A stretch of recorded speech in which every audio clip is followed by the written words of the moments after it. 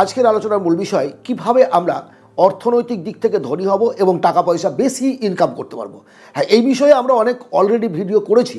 এই বিষয়ে বিজনেস হোক, সার্ভিস হোক, বিভিন্ন বিষয়ে আমরা কথা বলেছি। বাট আজকে যেটা আলোচনা করব সেটা হচ্ছে mental power, the secret of life and the secret of money making.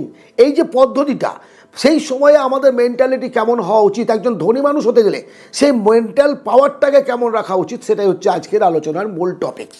প্রথম কথাই হচ্ছে সাফল্য এমনি এমনি আসে না। সাফল্য কখনো আপনার দরজায় এসে করা নাড়বে না, সাফল্য আদায় করে নিতে হবে। সাফল্য একটা আভ্যন্তরীণ বিষয়, ভেতরের বিষয়। আমি যদি প্রথম থেকে ভাবতে থাকি আমার দ্বারা এই কাজটি হবে না, পৃথিবীর কোনো শক্তি নেই যে আপনাকে দিয়ে সেই কাজটা করে নিতে পারে। সুতরাং ভাবনাটা হচ্ছে মূল, যে আমি পারবো, আমাকে পারতে হবে। যখন আপনার মধ্যে এই পজিটিভ থিঙ্কিং থাকবে তখন আপনি একটা বিকল্প রাস্তা অনুসন্ধান করবেন বা আপনি পেয়ে যাবেন যে কীভাবে আপনি সেই লক্ষ্যে পৌঁছাতে পারবেন। এটা হচ্ছে রিয়ালিটি।